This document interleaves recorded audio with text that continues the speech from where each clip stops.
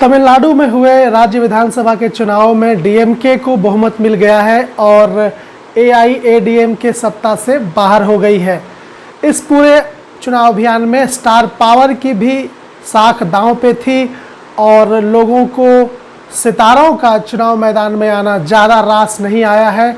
और इसी कड़ी में कमल हसन की हार हुई है। कमल हसन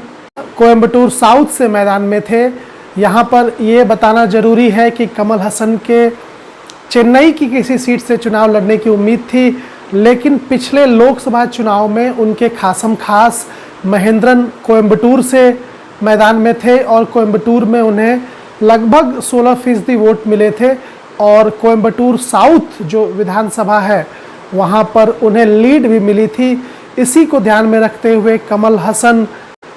कोवई यानी कि कोयंबटूर साउथ से चुनाव मैदान में उतरे, लेकिन बीजेपी की महिला मोर्चा की नेशनल प्रेसिडेंट वसती श्रीनिवासन से उनका मुकाबला था।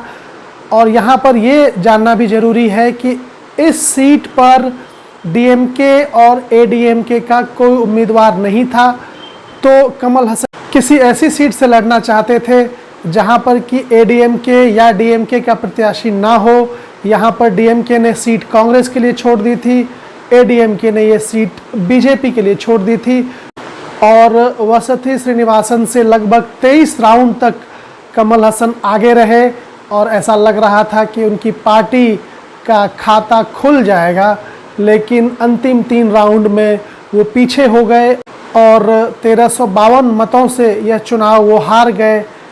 और उनकी पार्टी मक्कल नीति मय्यम जो उन्होंने बनाई थी विधानसभा में अपना खाता नहीं खोल पाई।